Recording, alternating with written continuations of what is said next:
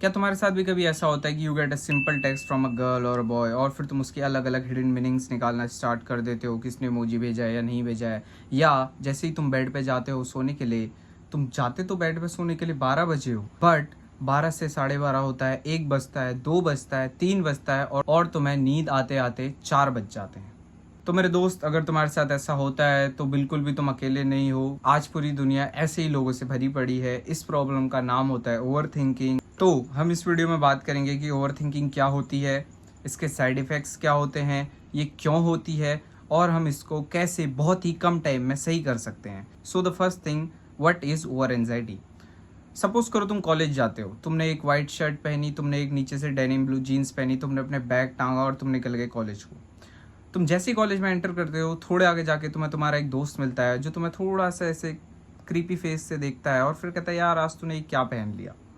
Basically ये तेरे पे अच्छा नहीं लग रहा है और तुम अपने पे डाउट करते हो क्योंकि तुमने आउटफिट बहुत सोच के बनाया था, तुमने बिल्कुल इंस्टाग्राम से देख के एस्थेटिक आउटफिट बनाया था। बट तुम्हारा दोस्त कहता है तू ये मत पहना, अगर तुझ पे ये चीज़ें अच्छी नहीं लगती है।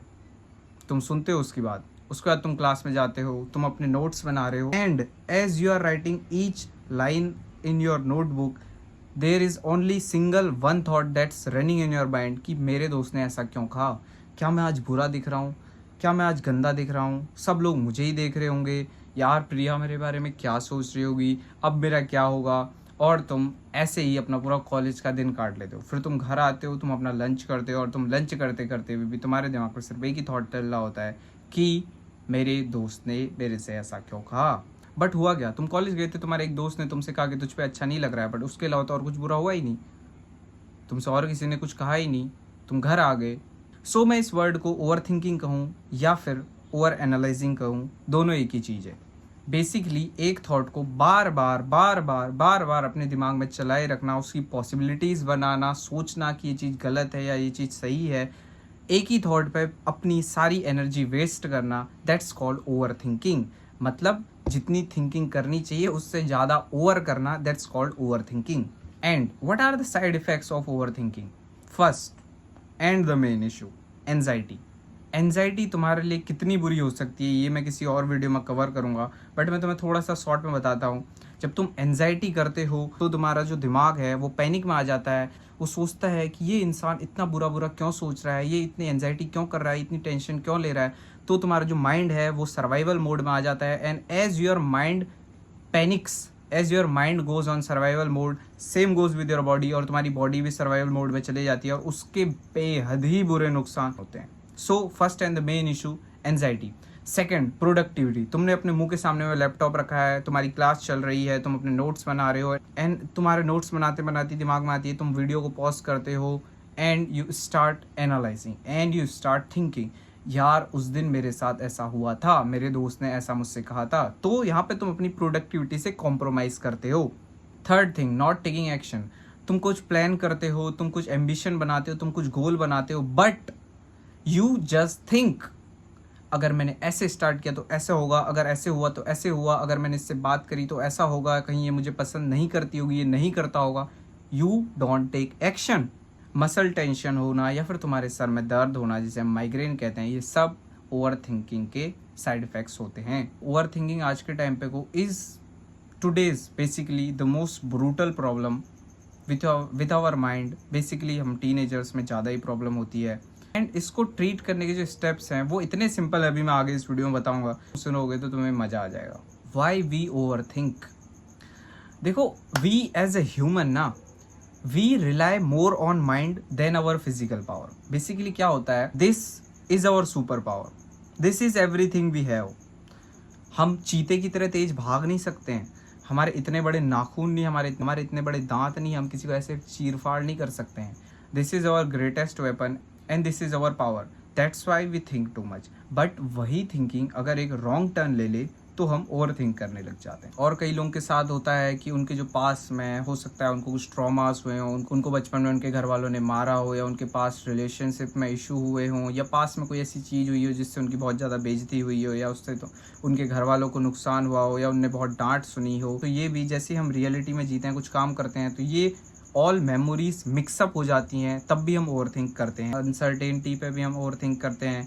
बेसिकली हम नहीं जानते हैं कि इसका फ्यूचर क्या होगा। अगर हम कोई चीज़ कर रहे हैं तो उसका फ्यूचर क्या होगा, हम उसका हमेशा वर्स्ट केस सिनेरियो सोचते हैं और हम उस पर ओवर थिंक करने लग जाते हैं। देखो, ओवर थिंक करने से ना बड़े बड़े मिलीनियर्स रोड पे आ जाते हैं, काफ़ी अच्छे अच्छे रिलेशनशिप्स ख़राब हो जाते हैं, लोग सुसाइड अटेम्प्ट कर लेते हैं और लोगों की ज़िंदगियां बर्बाद हो जाती हैं। और अगर तुम लाइफ में कुछ बड़ा करना चाहते हो तो सबसे बड़ी दिक्कत यहाँ आती है। Basically what happens is when you think more than you need, then you do less than you need. तुम ओवर थिंक करते हो तो तुम्हारी कोई सोशल लाइफ नहीं होती है, तुम्हारी कोई सोशल लाइफ नहीं होती है तो तुम्हारे पास कोई अपॉर्चुनिटीज़ नहीं होती हैं, तुम्हारे पास कोई अपॉर्चुनिटीज़ नहीं होती हैं तो तुम सक्सेसफुल नहीं होते हो।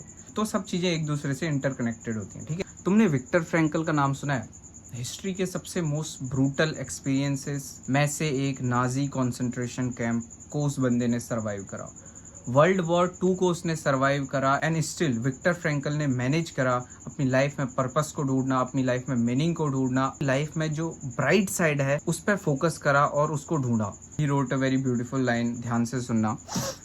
Between our stimulus and response lies a space, and in that space lies our freedom and power to choose to respond, and in that response lies our growth and freedom.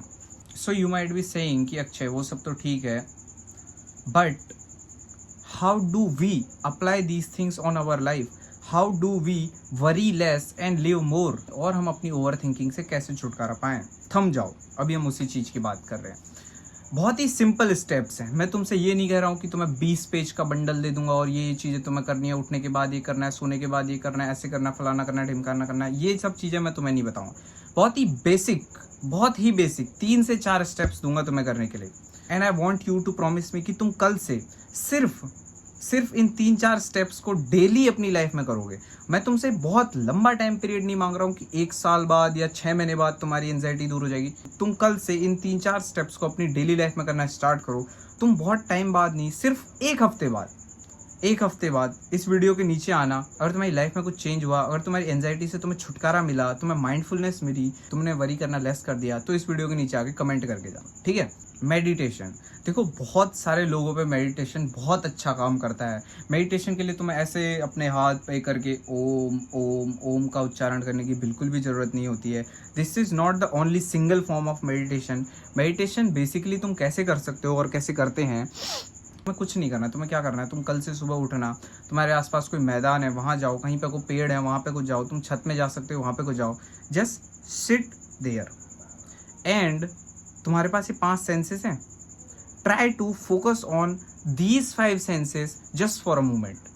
तुम बैठे हो, तुम सुनो हवा की आवाज़ को, तुम देखो पेड़ पौधों को, तुम हवा की खुशबू को सूंघो, तुम फील करो उस मोमेंट को। जब तुम्हारा माइंड इन सब चीज़ों को करने में बिजी होगा, तुम उस टाइम पे वो कुछ सोचोगे ही नहीं। तुम चाह के भी अपने दिमाग में बुरे थॉट नहीं ला पाओगे।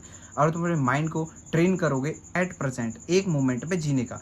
टाइम लगेगा, 1 मिनट करना, 2 मिनट करना, 5 मिनट करना, 10 मिनट करना, 20 मिनट करना, जितना कर सकते हो करना।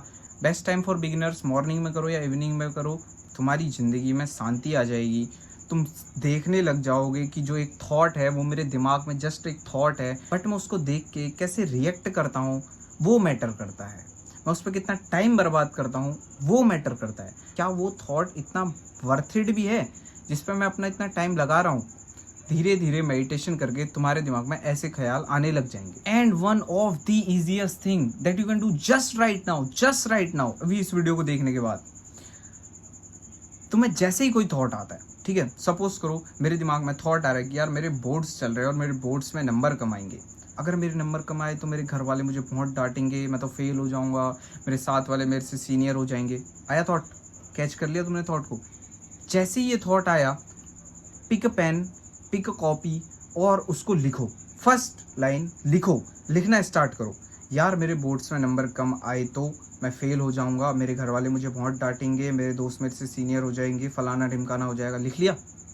नाउ 2 लाइन छोड़ो और उसके नीचे लिखो what are the actual steps, real steps that I can take just right now.